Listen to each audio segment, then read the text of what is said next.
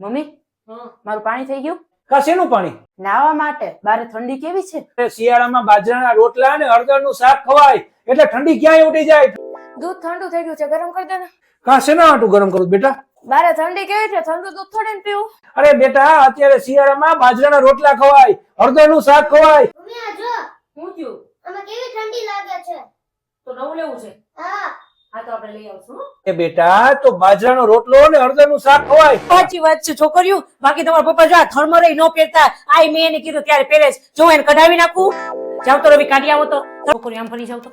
પૂછી જો, આને આ તો બનાવતી નથી, એને આવડતું નથી એટલે બાકી તમે બાજરાનો રોટલો અને હળદરનું શાક ખાવ તમને મોજ પડી જાય. તમે લોકો તો બાથરૂમમાં ઉકાળેલા પાણી નાવ છો.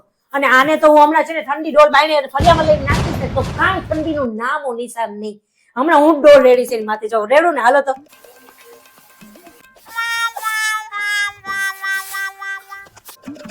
ઠંડી ન લાગે, જરાય ઠંડી ન લાગે. આમ જો બસ હાલો હવે મૂકી દઉં છું. આ તો કઈ નથી, હજી 5 ઉપર ઓલો પંખો છે ને એની નીચે બેસશે તોય કઈ નહીં થાય. હાલો તો. ઠંડી નથી લાગતી. આમ જો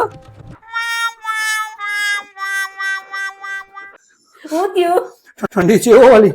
ના રે ના, હવે બાજરાનો રોટલો ને